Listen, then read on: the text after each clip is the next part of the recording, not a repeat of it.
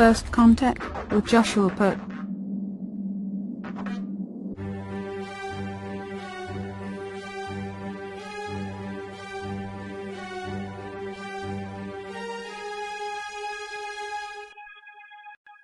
Hello Earthlings, how you doing today? Welcome back to First Contact Radio. We made it to the end of a week. This is the first full week I've been back. I was only here 2 days last week.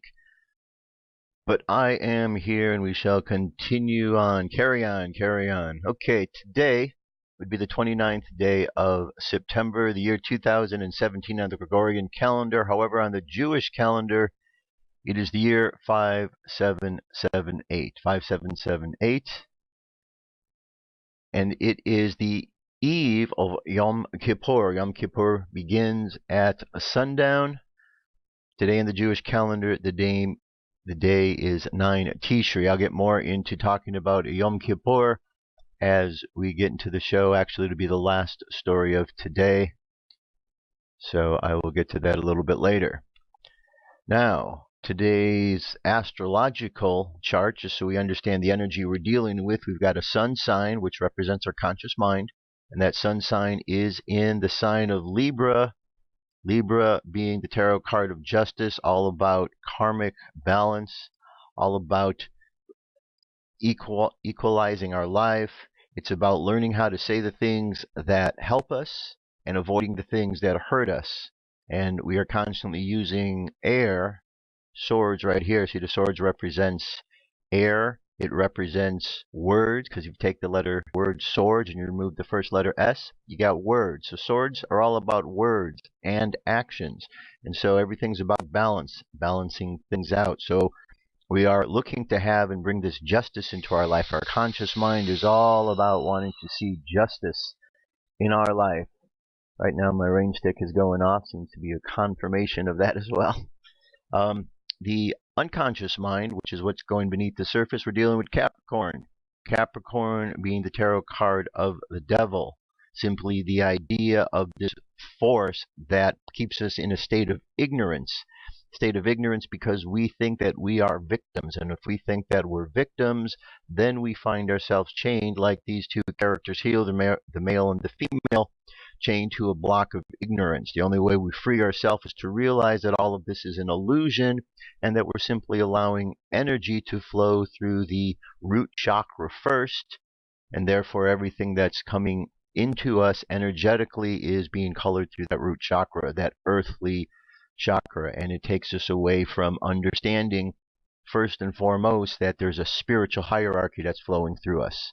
When we honor and acknowledge that spiritual hierarchy flowing through us, it allows us the opportunity to have a bit more effectiveness in life. Okay, so we could see where everything is here on the wheel. Remember, everything is moving counterclockwise, so we could see that the moon right here being at 23 degrees, we only go up to 30, so we could see that we're not even going to make it through the weekend. In this Capricorn as a moon sign, we're going to make a transition into Aquarius, where we now get into an air sign. We now get into a little bit more of an opportunity to breathe and the hopefulness that comes along with the Aquarian ideals. Okay, some of these planets move through here fast, some move through here very slow. In Pisces over here, for example, we could see that we have Neptune. It's moving through here nice and slowly. Neptune is telling us we need to take a new perspective on the way we're looking at our emotions, dealing with our emotions. Very important. In Aries, the way we do things, the way in which we charge forward in life is going to go through some surprises, some unexpected changes. Uranus brings those kind of things there. Okay, and over here we've got Virgo. Virgo is energized by Mars, which is energizing it. We have Venus, which is bringing a sense of imagination. We have Mercury, which is the communicator. And Virgo really kind of represents that teacher aspect, that part of ourselves that shines that light for others to see. Okay, and right here where we have Jupiter is in justice as well, just like our sun sign. Jupiter's all about expansion. Wherever Jupiter is, there is an expansion of those energies out. And so very important that we are always looking at the energies around us and considering what we're dealing with, because that's what's happening. We live on an earth We live on a plane that has a firmament over it, from the bottom of the firmament that's by us all the way down to the earth plane. We have this field of energy. We live within this field of energy. We move in this field of energy, and we're affected by all the energy that's bouncing around within this field of energy.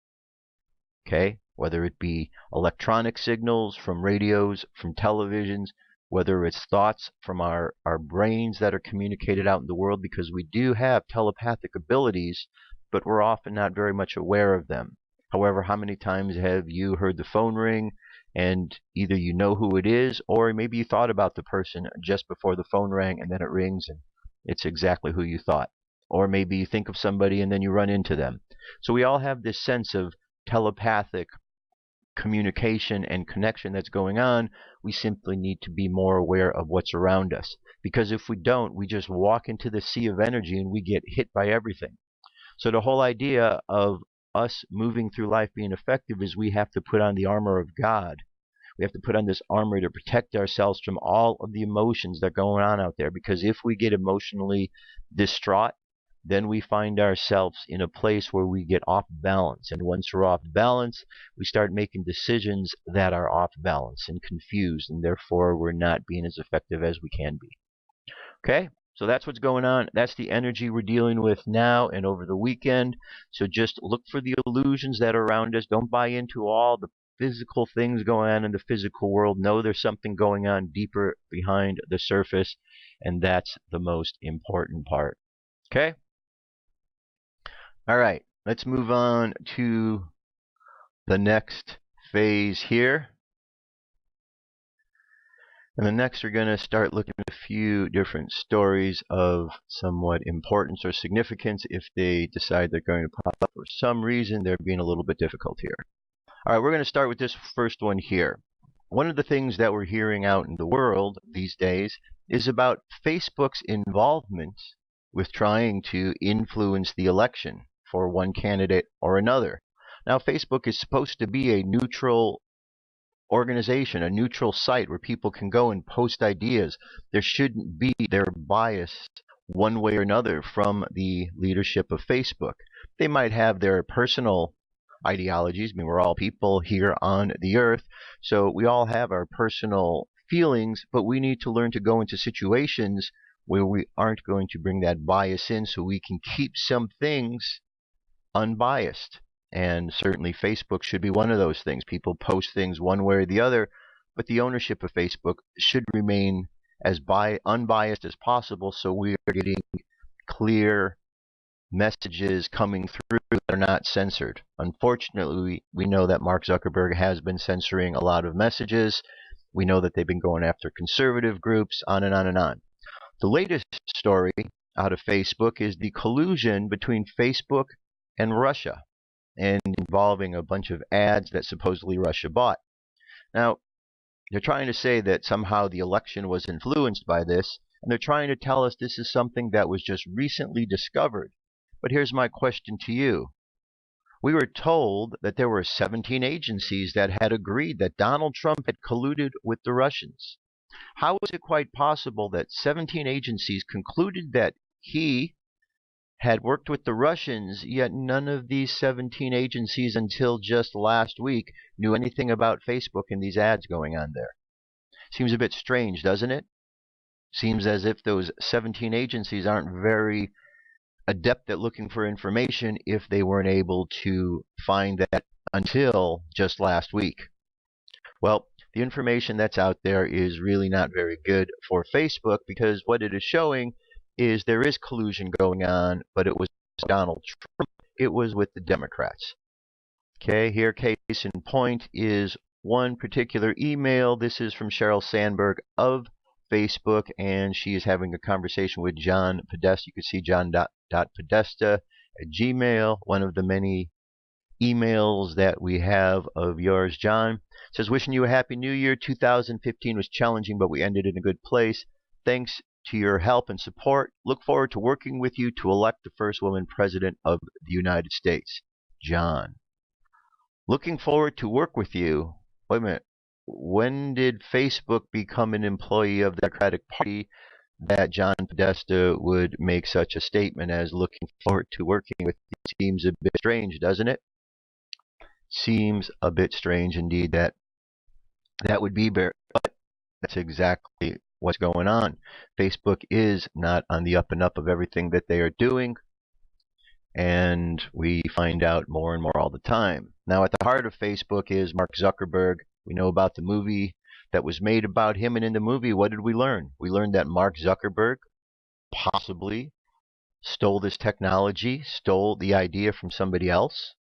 We learned in there that Mark Zuckerberg wasn't a very nice guy because the woman that he was dating, as soon as he didn't have, when he had the chance, he went on kind of trashed her online. So here's a guy who from the beginning hasn't really shown himself to be very reputable. And then you have the money that's come into Facebook came in from sources that are Alphabet agency related. And questions are, was Mark Zuckerberg connected with these agencies beforehand? Is Mark Zuckerberg really who he says he is, or is he related to somebody else out there in the political world of some sort or another? There are some speculations and rumors. One of the things came up that he is possibly connected to the Rothschild family. These are all things to be explored and uncovered. This particular image right here, we have it's a tweet from Julian Assange, and look, it's Mark Zuckerberg.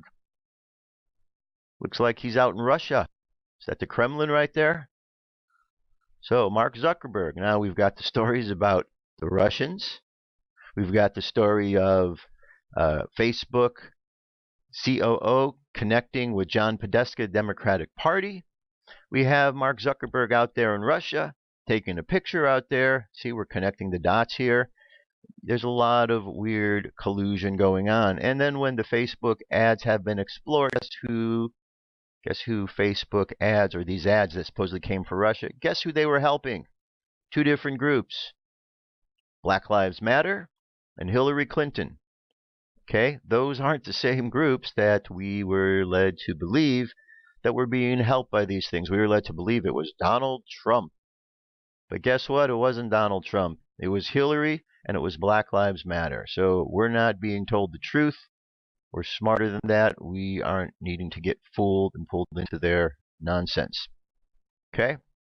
Now, switching gears, the NFL is still having their issues. Players are still disrespecting the flag, and I know they're coming out and saying, this isn't about the flag. Sure it is, because when Colin Kaepernick first started kneeling down, he said that he wasn't going to show respect for a flag that oppressed black people. So right from the beginning, his first statements about this had to do with being a protest against the flag. So from that point forward, we know what this is about. So all of these athletes that are saying this isn't about disrespecting the flag, they don't even know what they're talking about. They don't even know what agenda they're trying to push. They're just on a knee-jerk reaction, no pun intended, and basically they're kneeling for President Trump. Okay, President Trump got all of these black athletes to take a knee for him. I think it's quite funny. They don't quite understand. They think that they are the ones running the show out there. Well, last night there was a football game in Chicago, or in Green Bay. Aaron Rodgers, who's really showing himself out to be quite the beta male, who's got his head so far up the ass of the New World Order agenda right now, and George Soros, that it's kind of sad to see him behaving that way. But now we're seeing his true colors. Anyway, he had suggested to the fans that they lock arms with the team. Fans didn't feel that way. They had their own ideas. There were a few people that did lock arms. They said maybe there was like 4 people that were shown. But anyway, here's what most of the people were doing. Hand over their hearts, saluting, standing at attention. Here's a Marine saluting. Okay, so there was a different reaction. Also, from the crowd, there were chants of USA, USA. Well, at the same time, there were boos for those players who were locking arms, because quite frankly, it looks kind of silly, them coming out there, these grown men locking arms and, patting each other on the butts. Maybe there's something about this sport that is a little bit more than we realize. What's up with these grown men patting themselves on the butts like they do? Kind of weird. Okay, let's switch gears again now, away from the old football scene here. Let's take a look at what's going on at West Point. Told you the story about the cadet who had gone through West Point, and then he took the graduation picture here. I have the picture right here so you could see. Here he is right here, and you could see he's at a graduation. He's got "Communism Will Win," and we have a image of Che Guevara underneath his uniform there. Well, these are issues that have been pointed out are unbecoming of an officer. The photo of U.S. Army infantry officer and West Point graduate Spencer Rapone was making its rounds Monday due to the fact, while in his uniform, he had the words "Communism Will Win" scrawled inside of his cap. It turns out that Rapone's mentor, who helped the West Point grad with his development, is Dr. Rashid Hussain, a Muslim professor of Middle East history. Dr. Hussain earned doctoral in the Department of Near Eastern Languages and Civilizations at the University of Chicago in pre-Islamic and early Islamic history in December 2010, according to his bio. Law News verified the legitimacy of this photo. Okay, here's the Muslim professor who radicalized him. He's now on leave. Okay, so the question is, how did this occur? Well, that's really simple. This occurred during Obama's watch. This was an Obama doing. Okay, completely an Obama doing. Remember, too long ago, there was an incident that happened there. There were a number of females, black female cadets who had graduated, and they were standing there with their their fists raised in a black power pose. Remember that?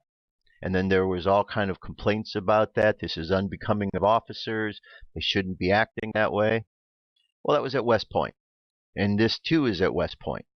So there's a problem because we had this Muslim teacher, a Muslim, teaching Islamic studies to these recruits. And from what I'm reading and understanding, that the entire class of West Point is going to be looked at. Anybody that this instructor had worked with is going to be looked into, and the people that are connected with this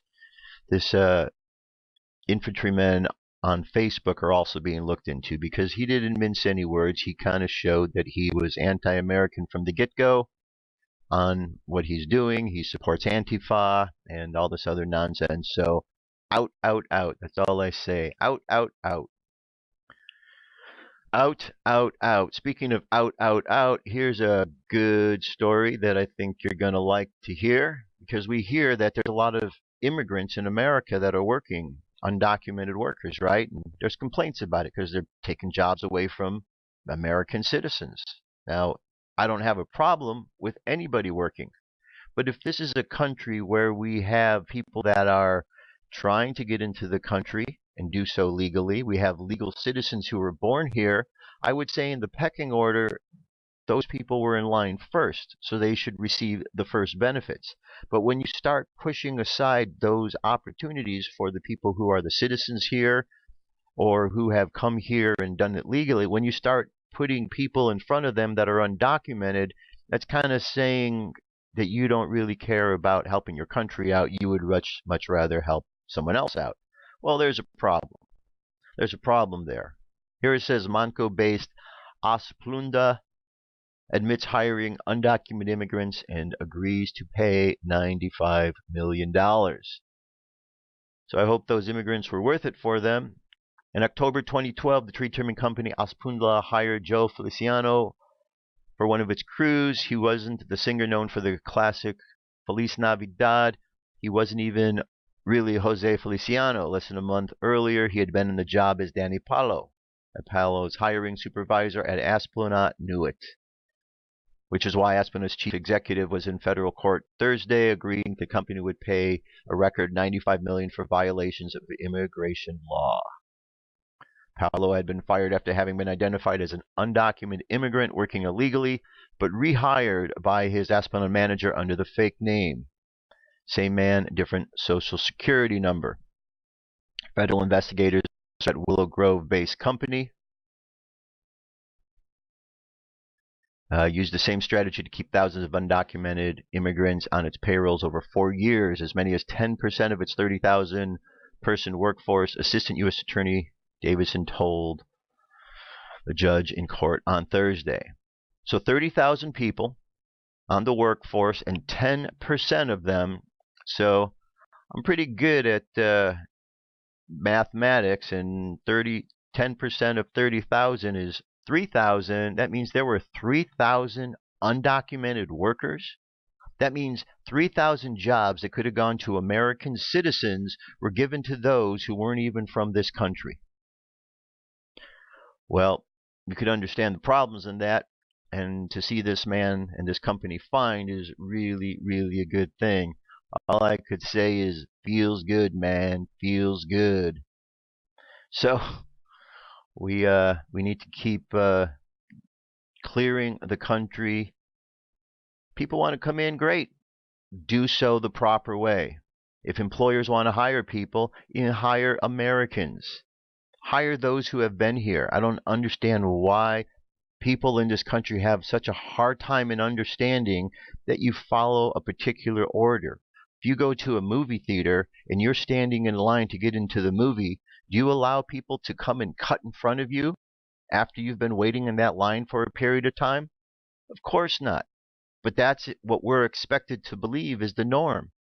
That people try to get into the country, they go through the legal process, they're standing in line waiting, and then somebody just cuts in, and then the government, they don't care, so they just give their benefits away that they would have given to somebody who's been doing it legally. So if that's the case, why would anybody not want? Why would anyone want to keep doing the legal process if they keep getting screwed over because people are illegally doing things? It makes absolutely no sense whatsoever, but that is what is happening. And it's only going to change when we Americans demand these kind of changes, which is something that is happening. So that's all good. Slowly but surely, my friends, slowly but surely. All right. Let's switch gears again. Getting to the end of things here. We have a story about Donald Trump and Julian Assange. It says probably the biggest news out of the fall season is that WikiLeaks founder Julian Assange is willing to make a deal to give evidence that the Russian narrative lies the media continues to push is complete and utter trash in exchange for a pardon.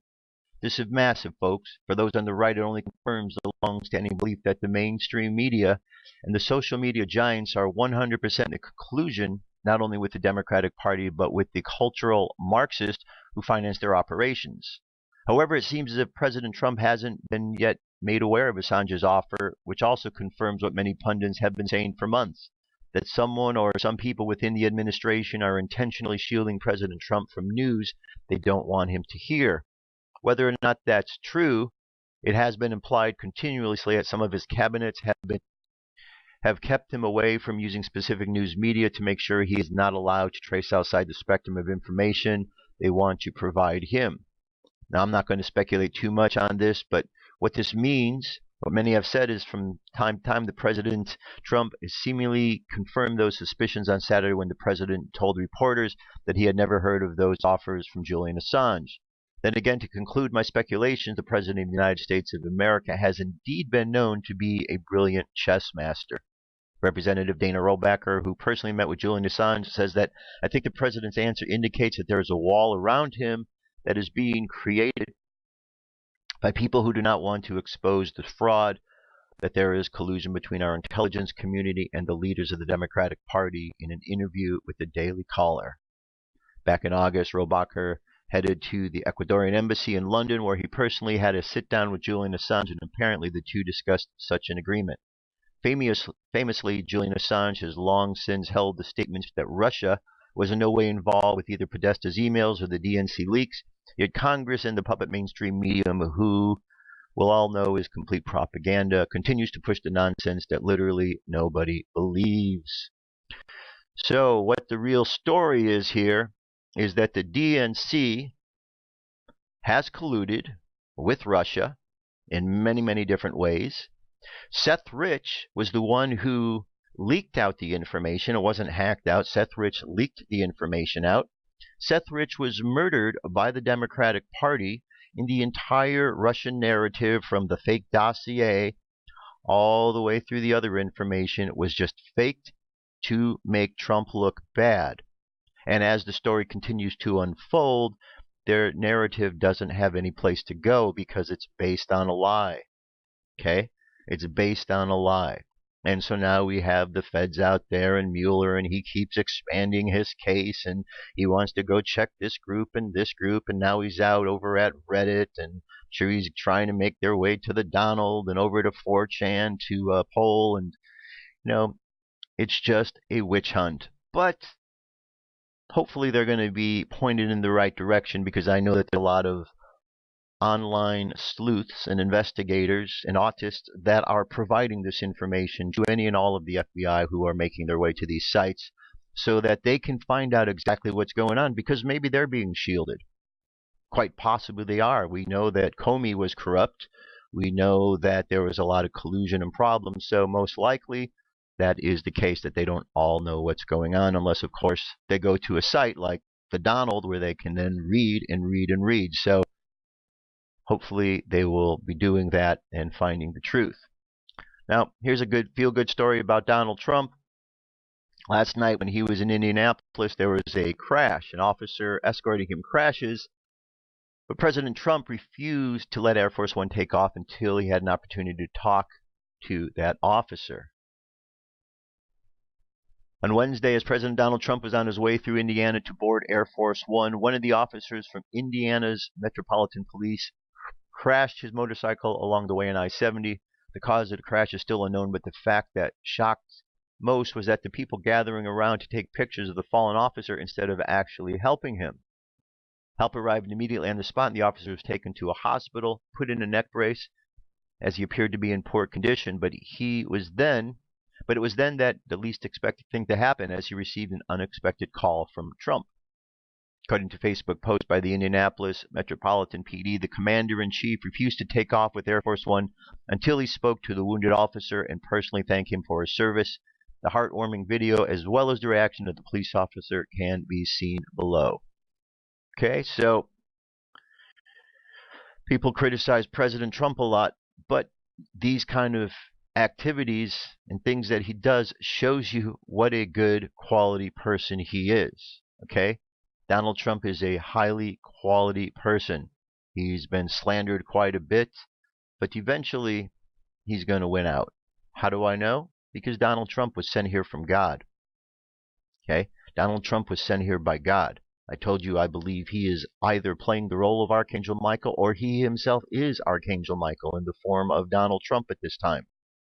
Either way, I believe that situation is happening, and that Donald Trump is here from God to clean up the mess. And every day, that's what's going on. I hear him say, it confirms to me more and more that there is reality and truth to what I'm thinking.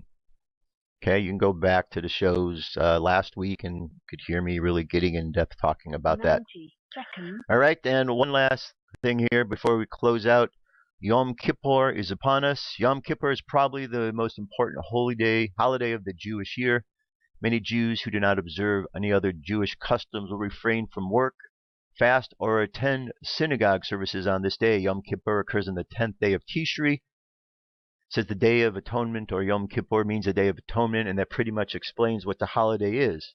It is the day set aside to afflict the soul, to atone for the sins of the past year. In the days of awe, I mentioned the books in which God inscribes all of their names.